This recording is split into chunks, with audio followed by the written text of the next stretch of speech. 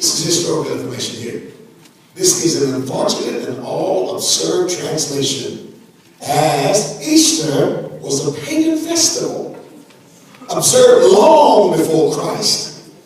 It is not a Christian name, but it derived from Ishtar, one of the Babylonian titles of an idol goddess, the queen of heaven, the Saxon goddess.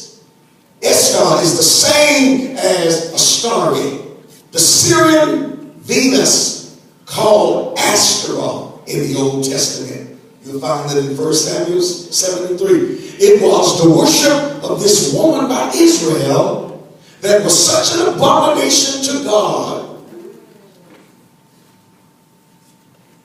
You want to study that? 1 Kings 11:5-33. 2 Kings 23:13, Jeremiah 7:18, Jeremiah 44:18. We'll give you history on that information. But it goes far enough to tell you round cakes imprinted with the sign of the cross were made at this festival. The sign being, in the Babylonian mystery, a sign of life. Therefore, Easter eggs, which play a great part in today's celebration, were common in all heathen nations. Witchcraft workers use a lot of eggs for mediums.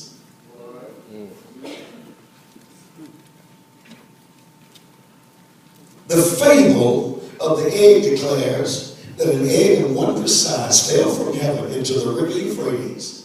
The fish rolled it to the bank, where doves settled upon it and hatched it, and out came Astarte, or Ishtar, the goddess of Easter. Easter, Christmas, Lady Day, Lent, and other Babylonian festivals were all borrowed from this religion and were all observed centuries before Christ. None of them have anything to do with Christianity. Now what do we do? After hearing what you heard, now what do we do? Tell your neighbor, knowledge is power. You got to understand, you got to work wisdom with your knowledge. Because you got friends, you got family, and maybe you even left at home colored eggs that you're going to get back to after this service. And that's all right. That's quite all right. We're not trying to start no fuss up in here, but you got to know the truth. Now the bunny rabbit comes in and hatches the chicken egg. And we're all right with that. We color the eggs for, see, the community charisma. And we say there's life in the egg. Of course there's life in the egg. Every one of us have to relate to that. We wouldn't eat chickens. We wouldn't eat apples and oranges. MC Williams wouldn't be if it wasn't for an egg or a seed. You hear what I'm saying? But the seed we're talking about that should have risen this morning is the seed of God. All right. The Spirit of the living God. The Bible says, for God so loved the world that he what? Gave.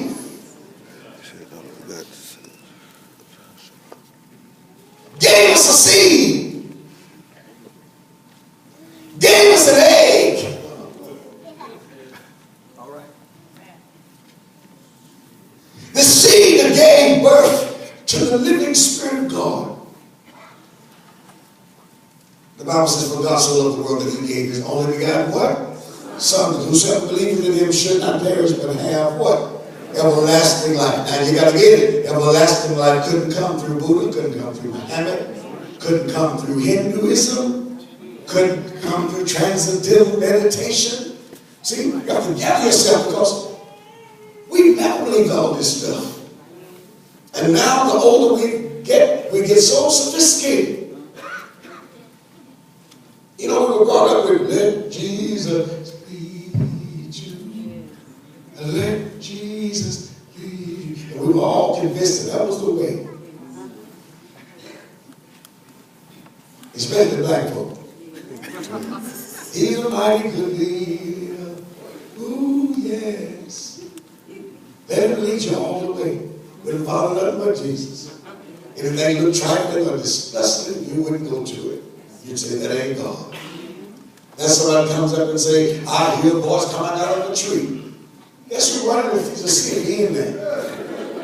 You understand what I'm saying? But the Bible did tell us in the last day, men would say what? Lo, there is Christ.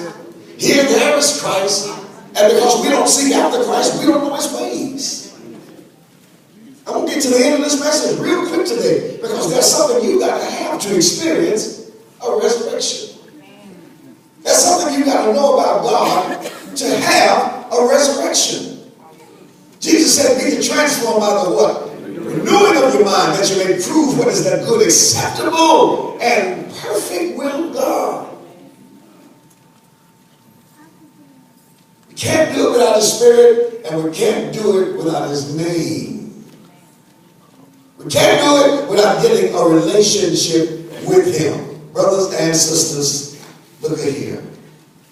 Matthew 28, verse 1 says, in the end of the Sabbath, as it began to dawn toward the first day of the week, came Mary Magdalene and the other Mary to see the sepulchre.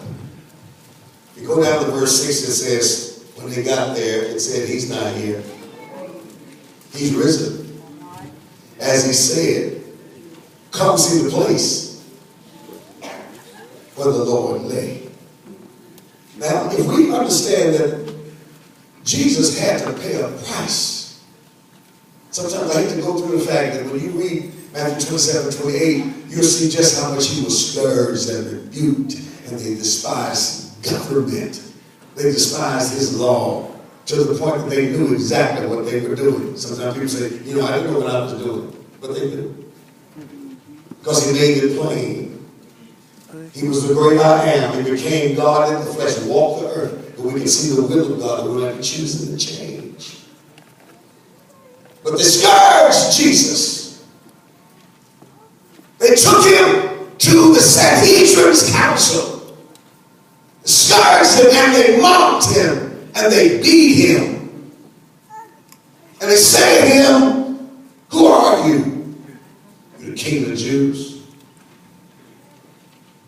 To the Sanhedrin council, he said, thou sayest. Then the other folks started questioning, are you the king of the Jews? King of the Jews? The Bible said, and he answered never a word. He knew the folly that was behind it. It was good he didn't say anything, because after he wouldn't answer, they took him, they arrested him, they stripped him. I need you to catch this, because everything they did to him, we justly deserve. They stripped him. They put on him another form of rags.